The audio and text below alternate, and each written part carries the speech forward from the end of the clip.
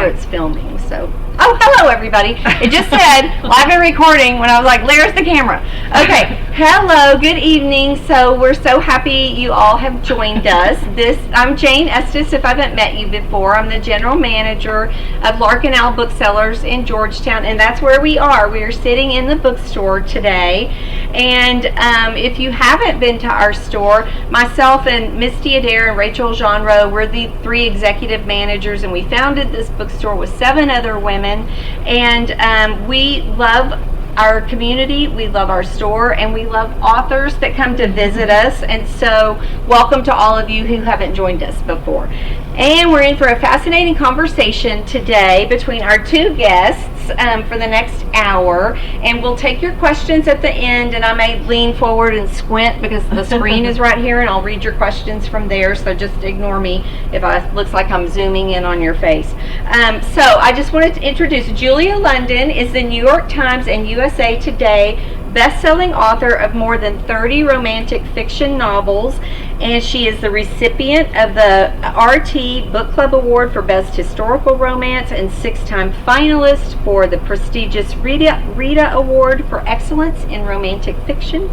And quoting from her unofficial bio, this is her words: "The unofficial truth is that I've had 2 successful careers. I've been blessed with a wonderful family, and I've been lucky in love and work and play. I love my life. I love what I do. I love the people and animals that surround me, and I'm eager to see what the next half of life brings." And she lives in Austin and came up to join us today. Hello. Hello. Nice to see you. I have to say, I think I'm well into the second half. I wrote that a while ago. Let's keep them guessing. And then our other guest is Laura Griffin. Laura is a New York Times and USA Today best-selling author. They have that in common. Of more than, wait a minute, I messed up. 30. Oh, 30. Oh, it is. You are 30. You have 30. Okay. I thought I had clicked and copied and pasted twice, and I was about to really have a problem. 30 books and novellas. Her books have been translated into 14 languages.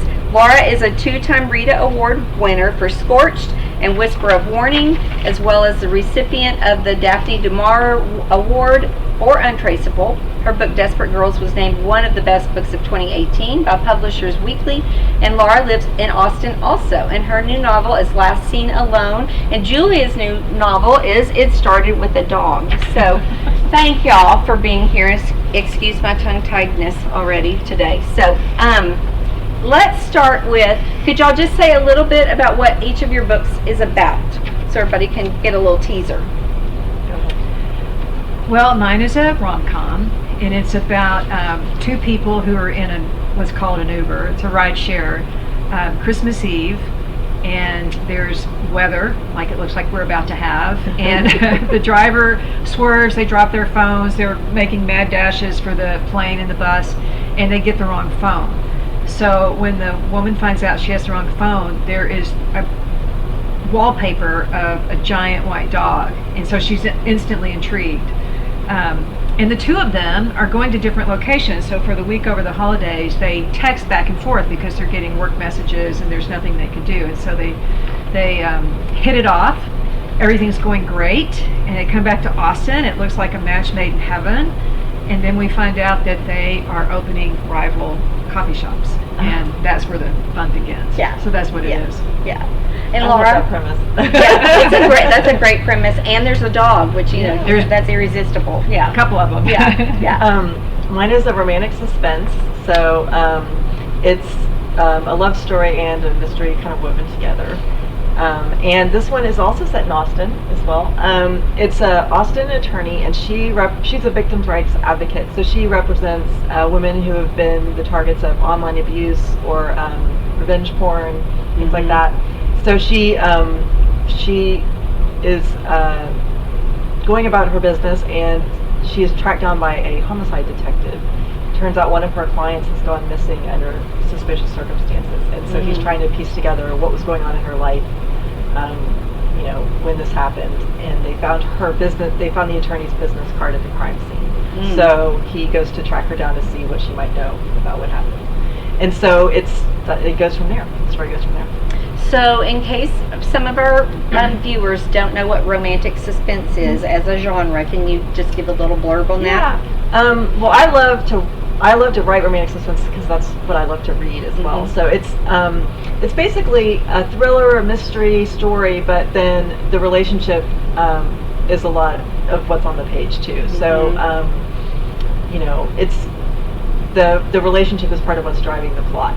So if you like romance but you also like mysteries, you might give it a try if you haven't read it before. Yeah. So it's like a nice blend, Yes. I think.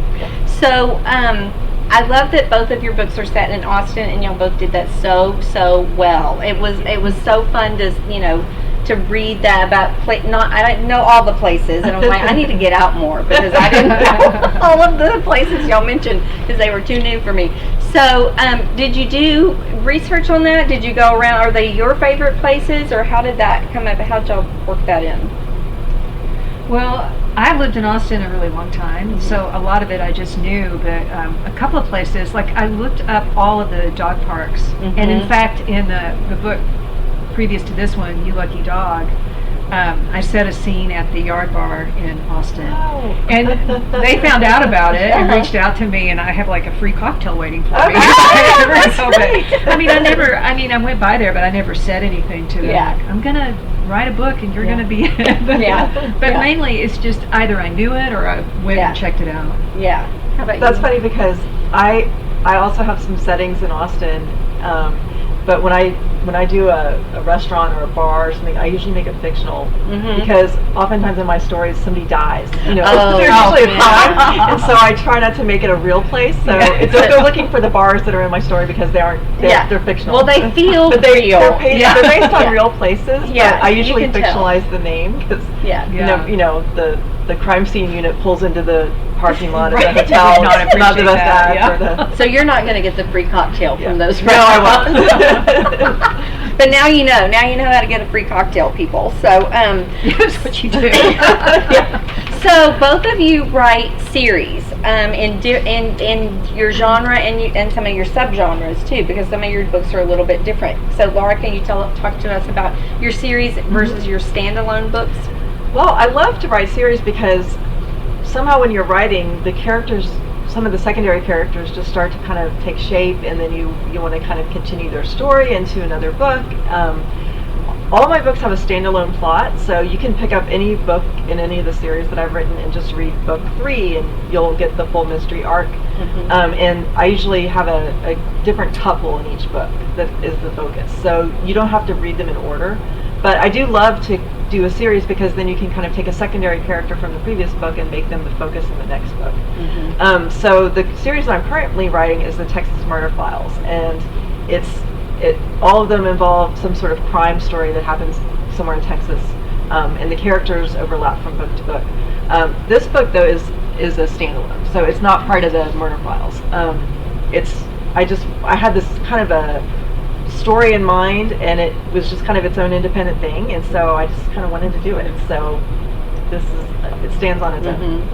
And as we said, Laura has written 30 books, which is, if you haven't discovered her work yet, that's the best thing, I think, as a reader, to find somebody that you like their work and then, oh my gosh, they have 30 books or 10 books or whatever. Then I just download them all. Yes, go buy them all. Yes. And okay, Julia, how about you? Because you don't just write rom-coms, you write some steamier things too. I write regular, well, I don't know if there is a regular contemporary romance anymore, but that are not romantic comedies, and I am probably better known for historical romance, along the lines of Bridgerton, dare I say it, but the same period of time. I can attest to that. I've read all of your historical Yeah, I would compare them. I would. Yeah. And so I generally, I never like to have more than 3 or 4 books in a series, just because I get kind of tired of it, but I like to center it on families, and so, or really good friends, a group of friends. And I think one of the earliest series I did was a historical series, and it started with 4 friends, and one of them died in a duel, and each book started with the perspective of one of the friends at that duel, because they all saw something a little different and all had a different relationship with him. But my more successful series have pretty much been about family, which I think is why Bridgerton's so successful. Yes. She's got, like an extensive family. Yeah. Yeah. And so I said that Julia had written 30 books, but really I counted, and it's over 60. On our website, I counted. Yeah. Like, that looks like way more than 60. I really need to update 30, that. yeah. It looks so good. Well, I mean, that's such an accomplishment. One, just to write a book, and we have people come in the bookstore and say, "Oh, I wrote a book," and it's like, congratulations, whatever that is for you. If that's your memoir for your family, or you're trying to get published, you wrote a book, and that is a huge undertaking. Yes, but it is. to keep doing that, how does that feel at this very different times of your career than somebody walking through the door saying, "I wrote a book"?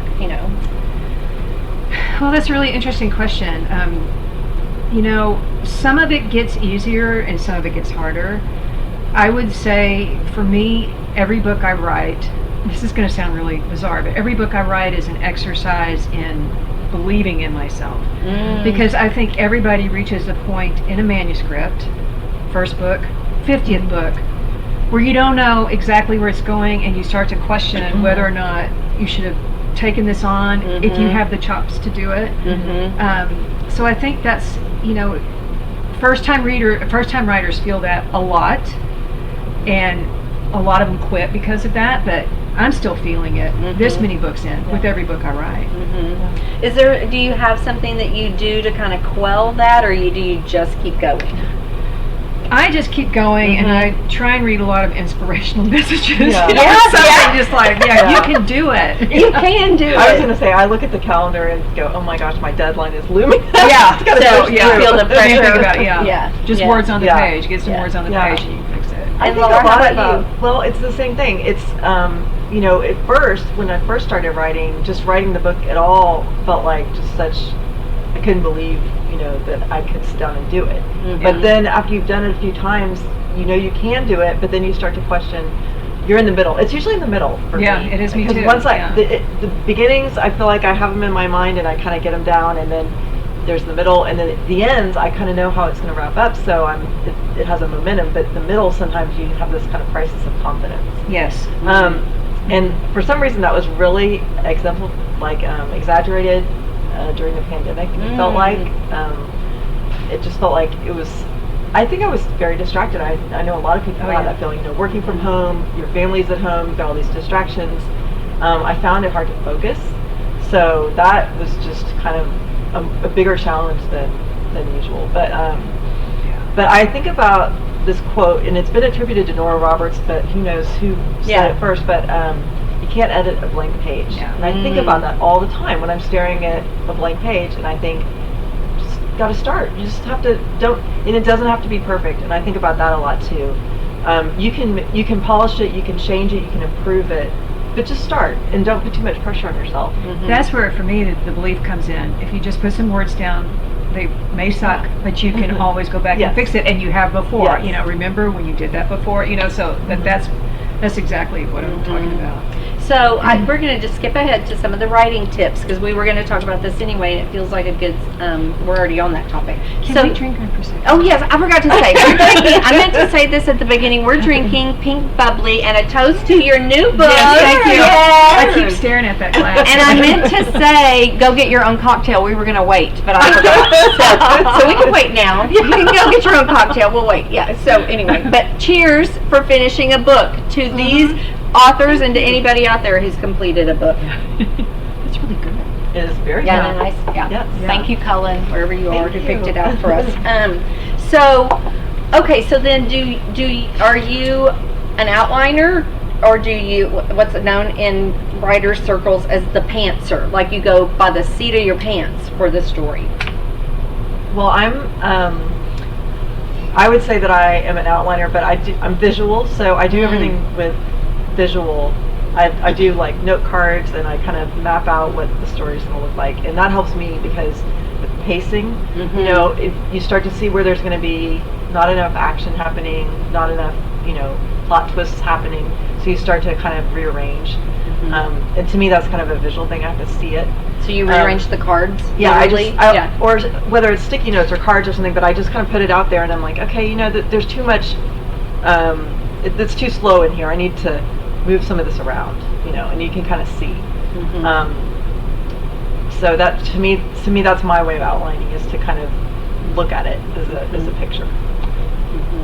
How about you, Julie? Yeah, I do outline. I always know, I know what the story arc is. I know what the character arcs are. I write I don't do it that way, but I do like a 10-page outline where I have the beginning, the middle, and the end, and I know what plot points have to happen in those 3 things. When I get to certain points, I may not know exactly how that's going to happen, but I know this event or this thing has to happen, and then I have to figure out how to do it. But sounds like a good And way you know, to do I it. don't think, for aspiring writers out there that are intimidated, because a lot of people, they have an idea, but they're intimidated about starting. You don't have to know it all when you start. You just have to have a kernel of an idea and a starting point. So I would encourage you to think about your opening, and maybe it doesn't even have to be the very first opening scene, but a scene at the beginning where you might have a starting point, and think about that and get the details of that down. Yeah. But you can just go from there, and you can, once you get into the story, you're going to figure out all the little twists and turns and little relationship bumps in the road that might add more texture to your story. But you don't have to know them all ahead of time. But I would guess that Laura and I work from outlines. This is just my guess. It's because we're also writing to deadlines, and so Yes. you know, when you're a pantser, sometimes you go down an alley that's a dead end, and you have to regroup, and we often don't have time for that. Yeah, and so for those of you who don't know, in the book industry, romance writers and thriller writers are like the hardest working people, because they have to write more books per year more often than any other genre, I mean, that's why these genres are a economic driver in the industry, because y'all work so hard and have so many loyal fans. So let's go back to when you were talking about if you have an idea. So when you have an idea, like do you, some people I know start a Word document and just put like phrases or words or character names or something in there. Do you do that, or does it kind of come fully formed out of your head in some ways? Which I do know people, that's how they work too.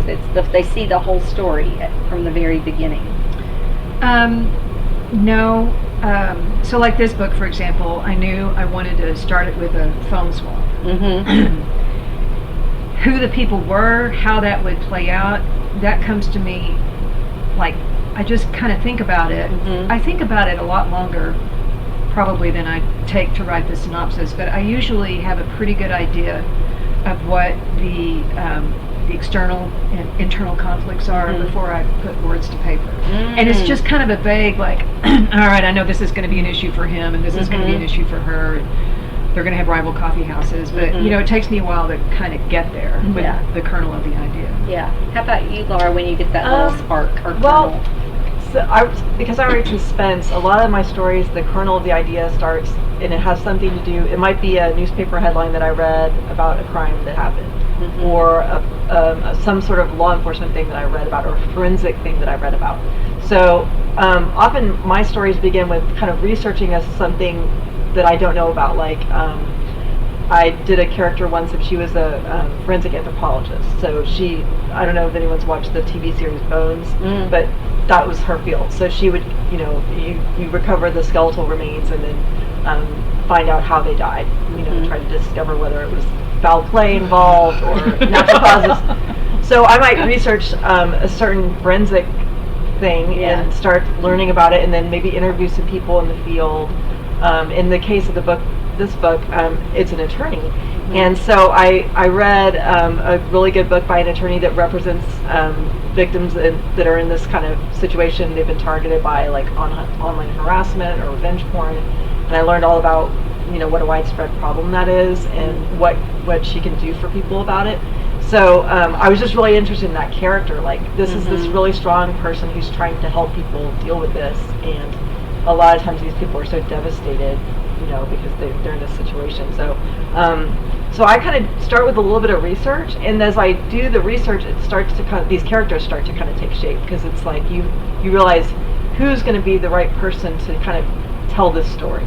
And once I figure out who that is and who that heroine is going to be in the story, then the events start to you start to feel like, well, this is what needs to happen, this is what the plot's going to look like. And so it kind of goes from there. but I have to get a feel for that character first. Yeah. So, and you have a background in journalism, Laura. So did any of these ideas for your 30 books come to you while you were doing that work? Yeah, actually, let's see. It was the third book I wrote. Well, all of them. In fact, my first book was a newspaper reporter who stumbles into kind of a murder mystery, and that was the first book. Yeah. That book was called One Last Breath, a long time ago. But my third book was actually the idea came from a story that I covered as a news reporter. I was working outside of Nashville. Well, I was working in Nashville for a paper called the National Banner, and there was a missing child case, and I started covering it, and it turned out the child was kidnapped, and so it was just this child kidnapping, and I went and interviewed this family, and just these poor parents. I mean, it was just so heart-wrenching. Oh my gosh! And it made such an impression on me that years later, when I stopped being a reporter, and I was at that time I was home with my kids, and I started writing fiction. I just decided, I was just kind of drawn to crime fiction because I covered a lot of crime stories as a reporter, and that was just kind of where I was interested in. And so that story ended up being, I incorporated that into a book called Red of Fear. So yeah, some of the stories that, I guess I've woven some things in over the years that have to do with things that I covered as a newspaper reporter. And certainly, as a reporter, you're talking to cops, you're talking to attorneys, you're talking to families that have gone through some sort of tragedy or some sort of situation, and so you kind of bring that in too. So you do a lot of research then for each book. Yeah. And then Julia, how about you? Because you have a background. You worked at the White House for a while, and were you a speechwriter? Am I remembering that correctly? I was a policy analyst. Okay. Yeah. So does any of that inform your writing, or did it at first, or did you think, I wish I was in a rom-com instead of where I am right now? Well, I did do a lot of writing, like technical writing, and it had to be pretty crisp and clean because it was coming out of the White House. So they had different standards then than they do now. Like, it had to be accurate, and, so I learned a lot about the technical part of writing. But you're right. Most of the time, I wished I was in a rom-com. I mean, I never really. That's the career path I got into, and I did well at it, but it did not sing to me. And the higher that I moved up the chain, the more cutthroat it became in Washington, inside the Beltway. And then I came back to Austin, and I was one of 5 county managers in Travis County, and it was different, but not exactly. I mean, it was still things that didn't interest me at all, and I thought, I can't spend the rest of my life doing things that really do not interest me. And what interests me are palaces and princes and big horses, and so that's the I thought, I'm going to try it. I'm just going to try it. And when you first started writing the historical romances, had you been to Europe and seen a lot of these places that you feature? I mean, I know you go now frequently to travel and visit. I had been a few times, and one trip I took was in Scotland, and I think I hit every castle there was. But and I sat down. I had read all the Sharon K. Penman books that she set in Wales, like Here Be Dragons. They were huge back in the 80s, I guess, and I thought, I can do that. And I sat down at a computer, and I just started with a first paragraph. And I wrote the paragraph, and I thought, okay, it doesn't suck. And I went to the next paragraph, and that's actually how I started. That first book became a rambling, 500-page mess. But I learned a lot about novel structure, and then I went back and wrote my first book, The Devil's Love. So that the actual first manuscript you wrote didn't make it to print, is what you're saying? I didn't even try because I realized it was a big mess. But I also realized you really do need a beginning, a middle, and an end. You can't just you need to start people, and you need a beginning, a middle, and an end. That's it. Exactly. And we're done. Yes. You really need it. So do you still, so you like Laura said, you travel, and if you follow Julia on Facebook, you already knew that, and so I love to see your pictures, and when you go with Terry Wilson, different people. So are you gathering more research and info when you do that? I always like museums, Mhm. art galleries, and especially the art galleries, because you can see, visual history right there in front of you. And so Yeah. I do a lot of that. So there's a lot of humor in your books. I think I love that about you. Do you want to say anything about that? Like, there's a lot of humor in this book, a lot of it around dogs, but not all of it. So, and I think you do that really well. It's very sparkling. Well, thank you. I don't want to blow my own horn, but You should. This is why we're here. Yeah. I was voted most witty 1977. So I guess, it's just, I don't know. I prefer to laugh. I laugh all the time. I laugh at things that aren't even funny. I'm still laughing. So I always have humor in my books. It's charming, I think, when a writer does that well. No matter what the genre, it adds a layer of charm. I think so many people pick up a book because they just want to feel good, and they want a little bit of an escape from their day to day. And so I love reading books that have that layer of humor in them. Yeah, just a little bit. And I do. I'm in my office writing, I'm laughing hysterically at the stuff. Like, oh, that's hilarious. Well, you got to make somebody laugh. Yeah. Even if it's yourself. Always me. Yeah. Okay, so what do you say to readers, both of you, if anybody says, well, I'm not really a romance reader, I'm not really a mystery or thriller reader? Do y'all have a response, or what? If you had conversations with people about that topic? I don't know. Well, I think that in those two genres, a lot of people are really into series books because what they do is they read one and they get addicted. Yeah. And they just have to read the next and the next and the next. Yeah. And there's series for a reason, because people really can't get enough of it. So I would say just try it because you'll get hooked. There is something about romance that a lot of adults out there feel like is beneath them, even though they've all had it in their life. And I never know what to say to that, other than, what have you got against love? I mean, what's your big beef with falling in love? Yeah. But I think a lot of people who say those things have not read one, and they have an idea in their head of what it is, and it's not that. I can tell you, because the genre is so vast, and there are so many different flavors and so many different takes on it that you could not possibly, pigeonhole it. Yeah.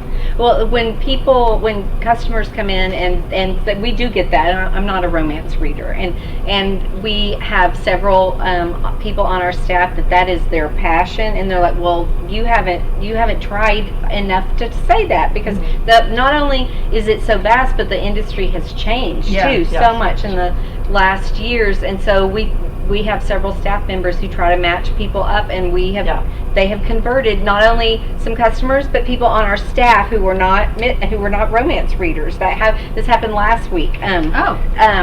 Ashley, if you know Ashley, convinced Molly, if you know Molly, to read an Emily Henry book, and she said, all right, I'm hooked now, I'm a romance reader. So, and that was, she hadn't read like the rom-com version of romance, and so that was Ashley was thrilled and thought that she'd won the week, and she kind of did. We told her that, yeah. So, but I think it's so fascinating because, as I said earlier, these two genres are economic drivers for the entire industry, but it's become so diverse lately too, which is so wonderful. And we get people who come in.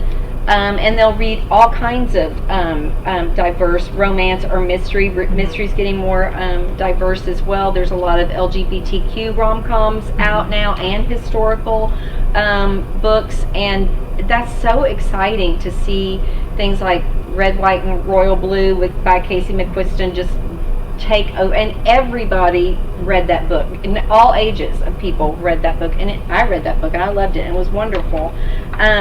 So what have y'all seen in as far as like industry changes, or what have you experienced over the years, or tell us kind of behind the scenes about that kind of thing?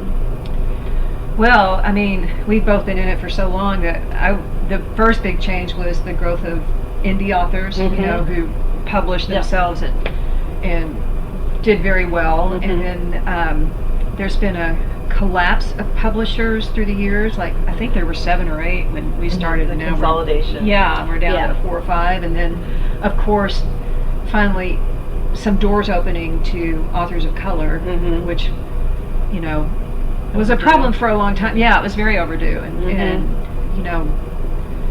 I guess in my own little bubble, I didn't realize how bad it was until I started reading some of the things that had gone on and the experiences that people had had that I never even realized. And so I'm really happy to see that that's changing for a lot of authors. There's some really great authors that I've read, like Farah Rashan. Yes. Jasmine And- Guillory, love her. Yeah, Mhm. that have broken out with in romance, and so it's really cool. Yeah. And Alyssa Cole was romance, and now she's mystery. Yeah. Another thing that I have seen is just just with all the social media and all the Netflix and television, I feel like books are competing in a way that they weren't 20 years ago for people's time. And so it seems that people can have a book now on their phone, which didn't happen to be the case even 10 years ago probably, but I feel like people's attention span is a little bit shorter, and so it's a little more challenging. I mean, as an author, I always think about having to grab their attention really quickly. You don't have chapters and chapters to draw someone into your story. You have to do it soon, because and people, I mean, a lot of my readers are moms, and they have very busy lives, and they're juggling work and kids and family and all these things, and they don't have time for a slow story. They want to be pulled in right away. Yeah. So I think authors are actually changing a little bit how they write, just to try and kind of capture people's attention, as quickly as they can, because you're competing with gaming and Oh yeah, you got to get them right. with social media and everything else that everyone has on their devices, and and I do sometimes wonder about the younger generation that's coming up now. If they've spent so much time on their phones, are they going to be able to really sit and enjoy books? But then you see just an They're explosion reading on their phone. Yeah. So it's it's just more widely available. You can have a book anywhere now because you've got it electronically. So I mean, it's just changing, but in a good way, I hope. Yeah, me too. We're rolling with the punches. Yeah. But it's funny you say that, because I was talking about the Sharon K. Penman book, Here Be Dragons, which I would have said was my favorite book ever. And years later, I went back to read it. But the first 40, 50 pages were all about the history of Wales, and I was like, I can't do this. I don't have time for the history of Wales.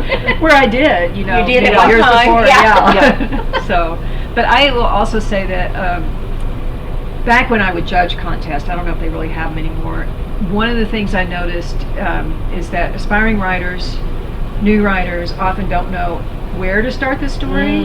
And, just like Laura said, you've got to grab them quickly. You have to start in exactly the right place, or you're not going to get them. And that's one thing that I've noticed that aspiring writers need to learn. Do you think that's particularly so in y'all's genres, or do you think that's now across the board, literary fiction, all of it? Or No, I think it's across the board. I mean, you really got to capture their attention quickly. Like a page, you've got like that first page, and if they're not interested, they're not going to pick up the book. And go on. Yeah, that's really interesting. And so people get, I read both of your frequently asked question pages on your websites, and so people get a lot wrong about what they think running a bookstore is. And I noticed that both of you kind of talked about that on your website, about that there's some misperceptions about what a writer's life actually looks like and what you do. So could y'all speak a little bit to that? My favorite misconception is that I am responsible for the covers, that I designed them, I chose the art, and I love my covers. I love this cover. But I have nothing to do with it whatsoever. A lot of times I don't even have to do with the title.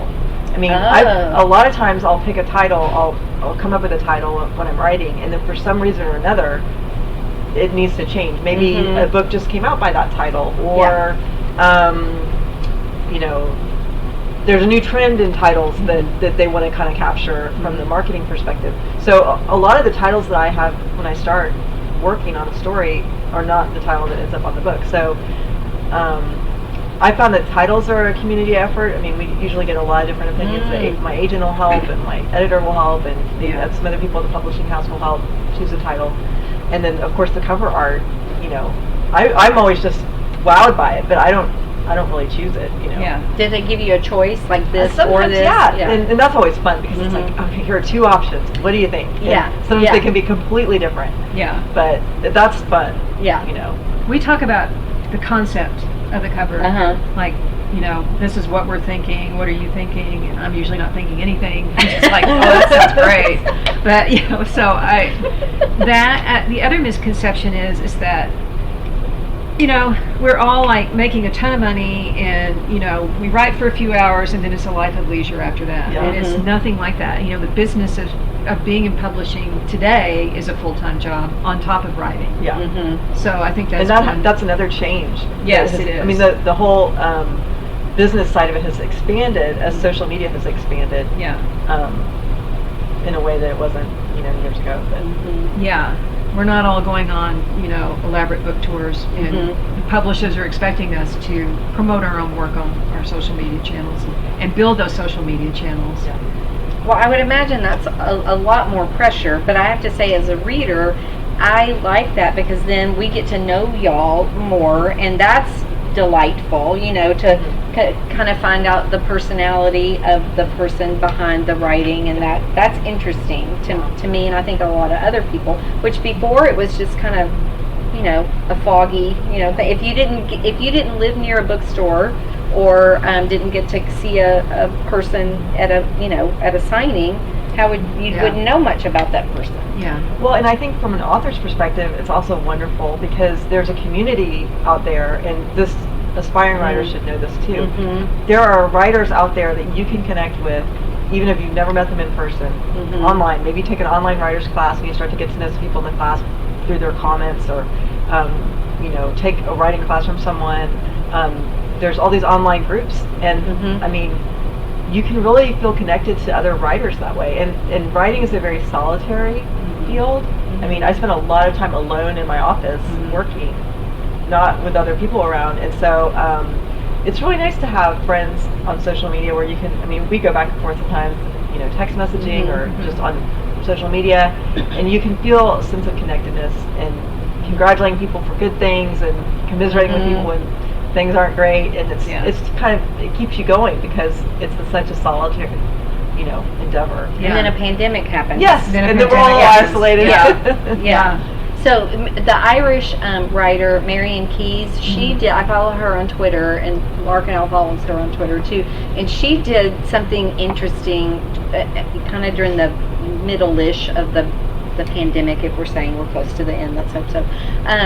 Where she said, "Who wants to join me on Tuesdays for writing tips and writing?" And so that she like made a little time, for her Twitter people, and I don't know how they gathered because I didn't have time to do it, but I really wanted to. But you had to message her, and she was going to pull people together, maybe a Facebook group or something. I don't know. And they did that. She did that for like 6 weeks, once a week. Then she, and at the end, she's like, "Thank you, everybody. That was so wonderful and fun." And then she had these people who were over the moon for her even more. And I thought that was really smart of her. Yeah. Another writer that does that is Jamie Attenberg. Oh. And she has she does like a week sprint where all these writers come together and do the sprint. Have you ever done that? I haven't done it. And she sends out an inspiring message every day, and then she has guest writers who write, but it usually lasts for about a week, and the goal is 1,000 words. And I've done that a few times because you're just like in a community of writers when you're at home all the time with nobody around. Yeah. So the point is, there are ways to, one, get to know your favorite writers, and two, they might be doing something on social media that might help you along with your work, or at least entertain you, at the very least. So I wanted to ask you a couple of things about when you're mentioning other writers, and I know a lot of authors do not like to have to pick who their favorite authors are. So what are you reading now, or what are you excited about that's coming out soon? So let's leave it at that. Okay, so Well, I am right in the middle of the Leanne Moriarty book. okay. Apples Never Fall. Yes, I'm gonna Yeah. buy it. Yeah, Laura has it in their pile. She's got it. They came Yeah. early and This is the shot. one. Yeah.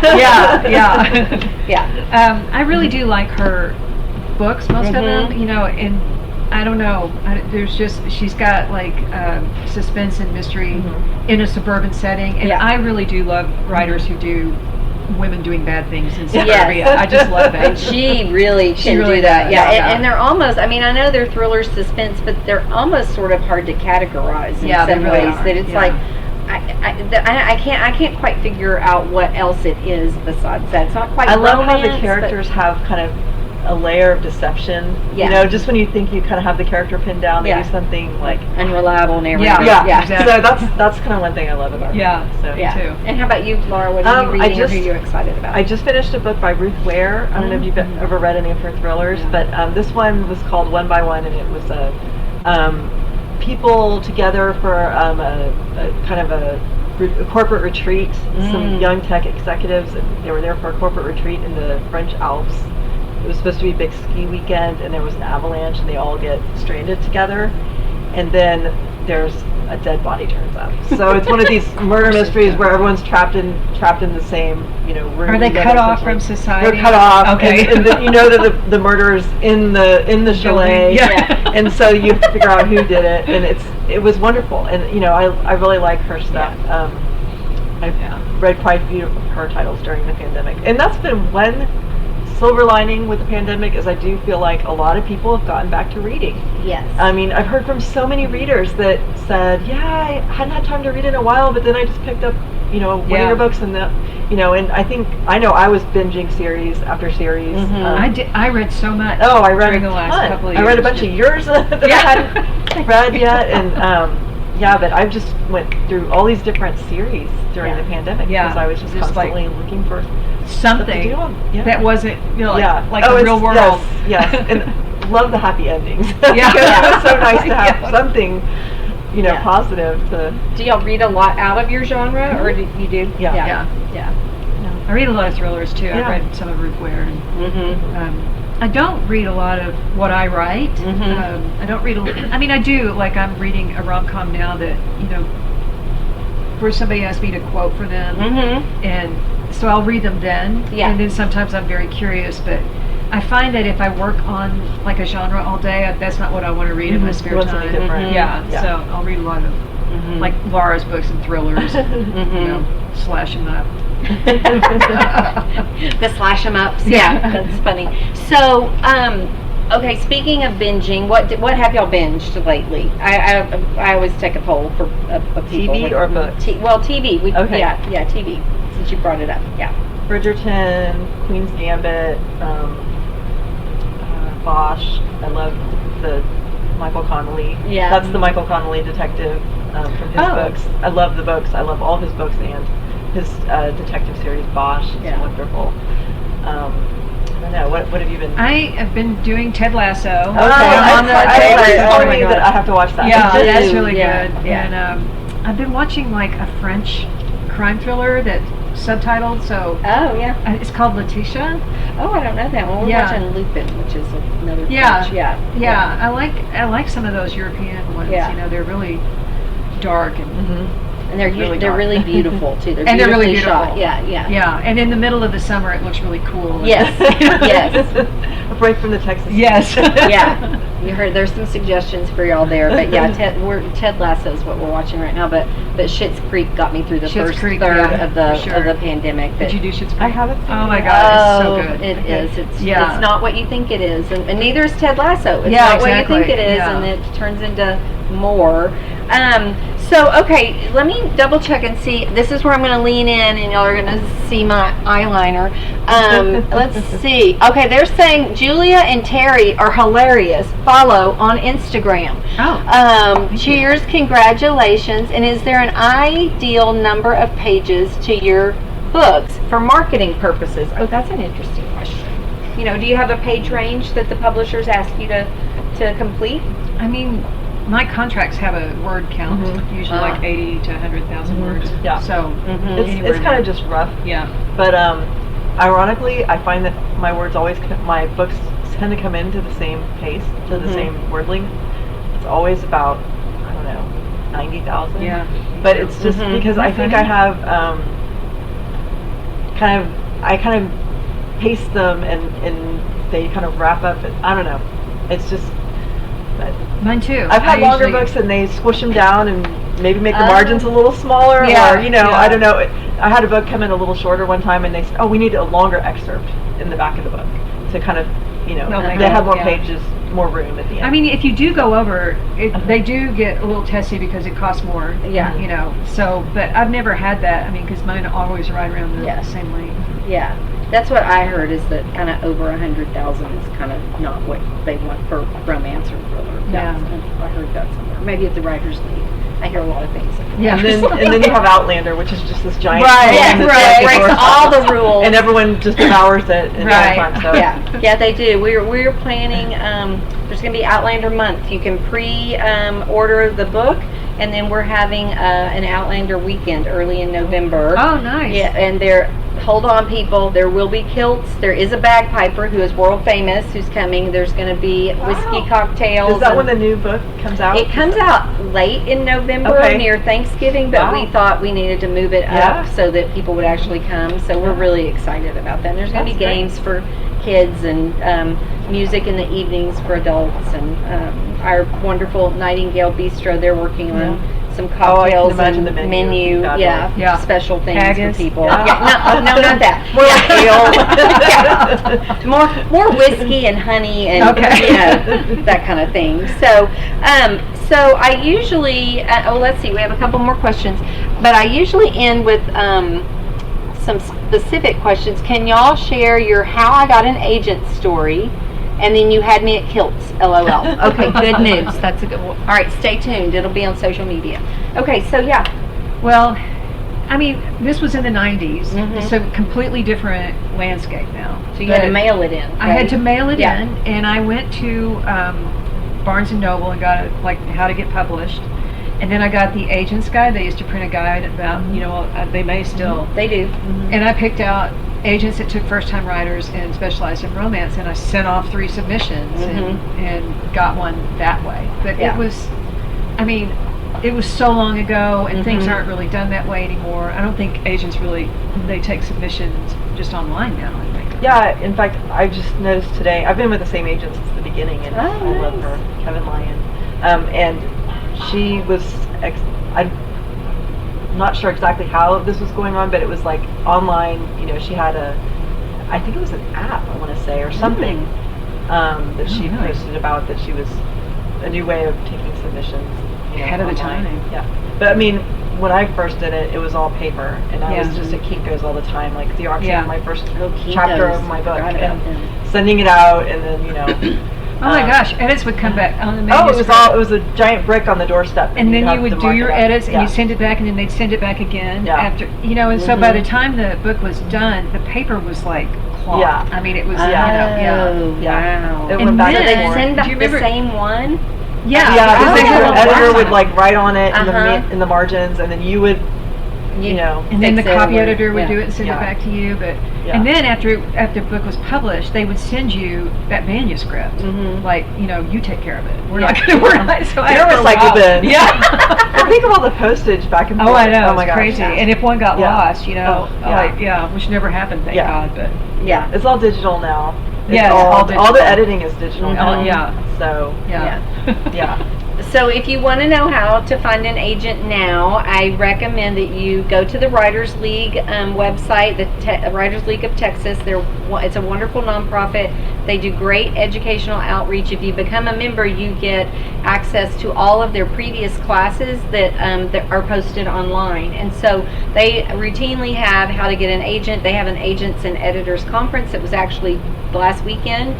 They have that yearly, pre-pandemic it was yearly, and now they're trying to get back on that schedule. So I really recommend that you try those avenues. And then also there are still books on how to get published, how to, Publishers Weekly is a good website to follow for that kind of thing. So it's not the same, but and it might take you a little more than 3 tries to get an agent. I know some very talented writers here in Austin who it took 75 rejections, and they're wonderful writers, and not that anybody else isn't, but just know that no matter where you're starting, it's a climb, but you can do it, people. Yes, can you do can. it. Yeah. You can. So I don't know if I told you this, Julia, before, but how our bookstore came to, the spark of that started because I was doing what I called lit parties in people's homes, and because we had a little adorable bookstore here in Georgetown, and it closed. The people retired. Bob and Marguerite, they're out there still enjoying their lives somewhere, but we didn't have any place for authors to come, and I was volunteering with the Writers League, and I kept meeting other writers, and I would say, do you want to come to Georgetown and do what you do at Book People, but in somebody's house with wine and dessert? And nobody ever said no. Of course and, not. Yeah, in 4.5 years, nobody ever said no. And we kept selling more and more books, and I couldn't advertise this because it was in people's homes, And then I would introduce people and say, until we have a bookstore again in Georgetown, and then I just realized we were the people we were waiting for. Yes.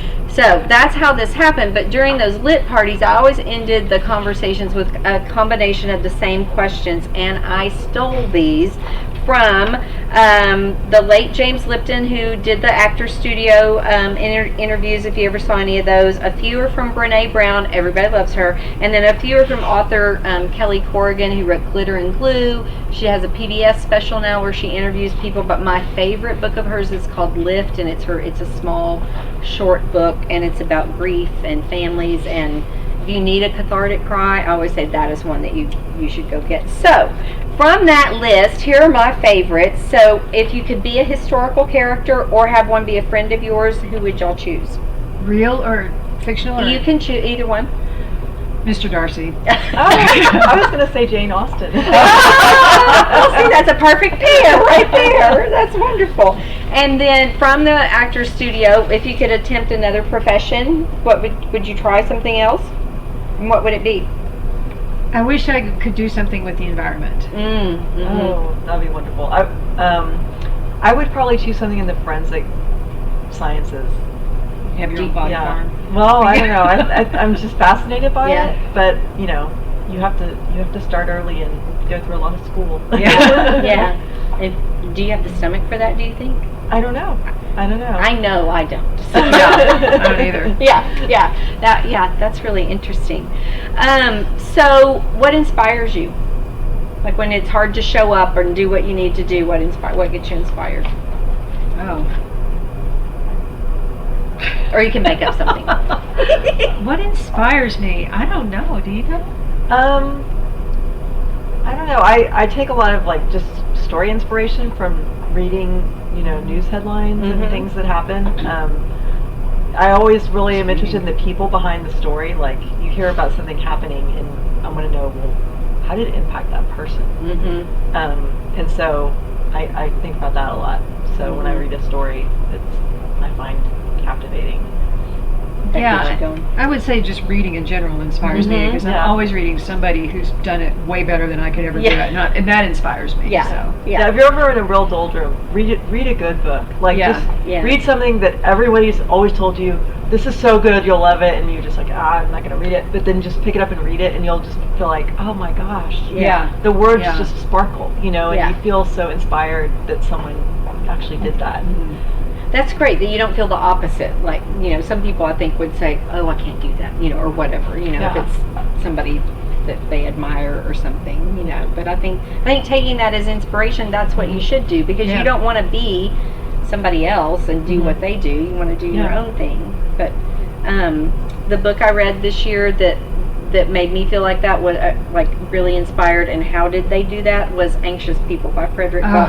Did you read that? That was my favorite book of Me 2020. too. Oh, I still can't figure out those. people. Yeah. We're not going to give anything away, but I still can't figure out how he did that mechanics wise of that book. Is it a fictional book? It's a fictional book. Frederick Bachman, his characters. Because it sounds kind of like real 2020. It did feel real, in a lot of ways. A lot of people are. It happens in I don't remember where, but Sweden, I think, where he lives. Oslo maybe. Okay. No, I guess it was Sweden. But anyway, a lot of people are looking at an apartment, and there's a robbery downstairs and the robber runs upstairs, and so all these people are trapped in an apartment. But the book really is about these characters Yeah. and how they've come to be looking at this apartment. It's really, Okay. really good. Yeah, it's so good. Yeah. And he mechanically, if you study writing and the craft of writing, that mechanics of how he writes, I don't know how he does it. I'm still trying to figure And it my out. apologies, he is Swedish, isn't he? I think so.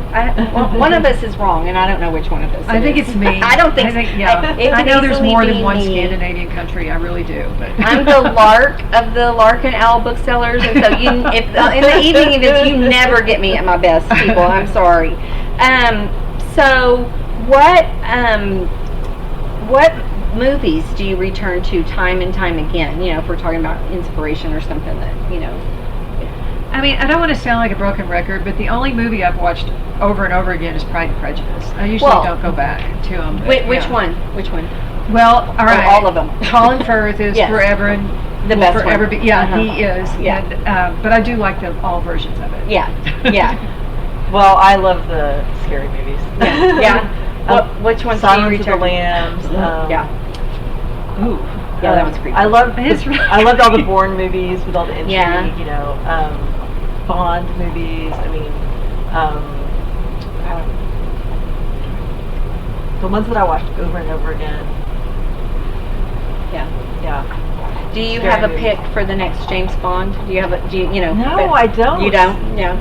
They keep whispering about different Yeah. actors' names. Yeah. I'll be anxious to see, and I'm dying to see the new movie that's been on hold for 2 years. Mhm. Yeah. I was Yeah. dying to see it right before it didn't come out, and then Yeah. people had to wait. Yeah. Yeah. Poor Daniel. He's got to wait too. So, okay. So, just the last couple of questions. Who do people say that you look like? Anybody? Does anybody ever say? So the other day I went to Starbucks and the woman said, "You look like Susan Sarandon's younger sister." And I said, "Well, I'll take it." I've never. That's a good one. Yeah, But now you're online going, what is she? Who is it? Yeah. Yeah, that's a nice compliment. Yeah. I don't know. I can't think of. Yeah. I don't know. Yeah, it's okay. There doesn't have to be an answer, and you can blame these other people. Like I said, I stole these. So, okay, least favorite word. This is also from the Actors Studio. What's your least favorite word? Probably moist. Yeah, that's really? yeah, that's I a think lot of it's the people's- P word that you've got over there on Uh-huh. some of the bumper stickers. Yeah, yeah. On our little sweary stickers that are hot off the press, people. And then you can just mouth it. But what's your favorite curse word? You can say it or mouth it. It's up to you. Yeah. It starts with an F. Yeah. Mhm, me too. Me three. It's got a lot of use in the last 2 years, I have to say. It works in varieties. It really does. It serves a lot of purpose. So, okay, and then finally, if heaven exists, what would you like for God to say when you arrive at the pearly gates? Oh my gosh. This is again the Actors Studio. Yeah. Yeah. Like- The others were Brene. I hope he's not terribly surprised. Yeah, to yeah. see at the pearly gates. I just hope it's a woman. Come in. I mean, that would be Come great. in. Yeah, welcome. Yeah. That's it, Laura? Just hope it's a woman? Yeah. All right, we've got a couple of other questions over here. Let's see. This is fun. When do you think someone can call themselves a writer? Well, if they're writing, Yeah. I would say Yeah. you're a writer. Because every book in here, it was not published at one point. Yeah. I mean, Mhm. every author you have, at one point was just someone sitting in front of a blank page, and now they're published and they're in a bookstore. Yeah. So, Yeah. as long as you're writing. That's why writing is called a practice. If you're It is a doing it, practice. you're a writer. It and is that's what I tell definitely a people. practice. Yeah. I mean, if you want to do it, you have to do it. It's Yeah. like, any kind of sport. You just got to practice to make Mhm. yourself better. Yeah, yeah. And so that's what I tell people when they ask. It's like, if you're writing, you're a writer, and that's it. So, well, we're out of time. Our hour is up, but thank you all for joining us. And I do have a couple of points of information for you. So you can buy signed copies of these books at Lark Owl. We will have them ready for you. If you don't live here and don't want to stop by, you can email us at salesfloor@larkandowlbooksellers.com, and that's all spelled out.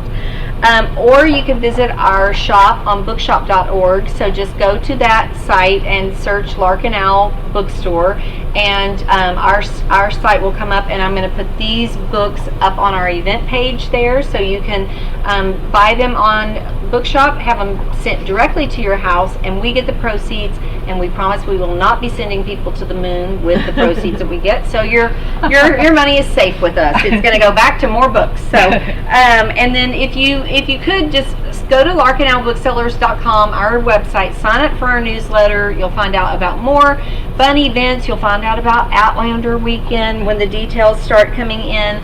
And a lot of times people ask me, how can we support you at the bookstore? How can we support writers? And so besides buying books from them and from us, what I tell people is make sure that you follow authors on social media, because one, it's really fun, but two, that also makes a difference. Their publishers are watching that, and that is important to make sure that authors are engaged and they have a community and they have fans. And plus, like I said, it's a lot of fun. So Twitter, Facebook, Instagram, we're on TikTok. I'm encouraging them to get on TikTok so they can do their book talk. But we have 20-year-olds who do our TikTok for us, so it's good. They didn't leave it to us. The other thing they can do for us is leave a review. Leave a review. That helps a lot. Yes, so leave a review wherever reviews can be left. Yes. So, and that's multiple places. Even on their social media page. Yeah. And then tag y'all or the title, and that's great too. And thank you to all of you who joined us, and thank you for those of you who are supporting independent bookstores. This is our community. They have their author and writer community, and then we bring everybody in and try to share with all of you out there. So thank you for joining us, and have a good evening. And thank you very much. Thank you for having us.